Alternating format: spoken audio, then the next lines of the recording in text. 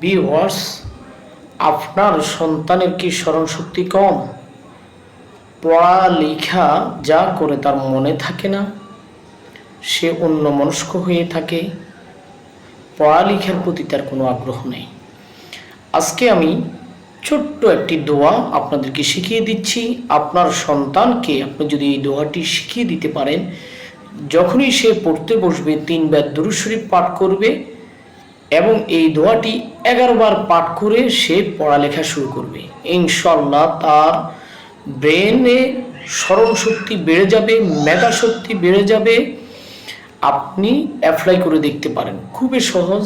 কোরআনুল কারীমের একটি আয়াত, আউযু বিল্লাহি মিনাশ শাইতানির রাজীম, রব্বি জিদনি ইলমা, রব্বি জিদনি ইলমা, রব্বি জিদনি ইলমা। এইভাবে শুনে